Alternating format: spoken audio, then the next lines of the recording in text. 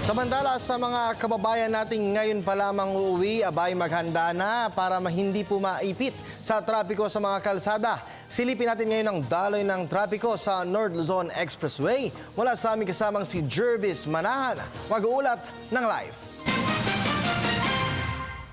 Yes, Kirby, bisperas na nga ng Pasko pero marami pa tayong mga kababayan na humahabol na umuwi sa kanilang mga probinsya. Sa ngayon, maayos pa naman ang daloy ng trapiko dito sa NLEX.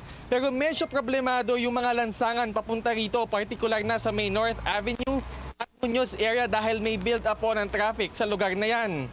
Pero paglampas, maluwag naman na dito sa Balintawak area at tuloy-tuloy na rin ang biyahe sa North Luzon Expressway, bagamat may kaunting build-up dito sa Balintawak Toll Plaza. Sinilip natin ang iba't ibang traffic camera sa mga exit ng NLEX at karamihan naman ay maluwag pa. Marami na kasi sa ating mga kababayan ang nakauwi na.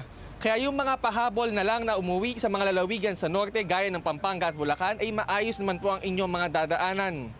May kaunting build-up din sa Mindanao Avenue pero hindi pa naman ito barado.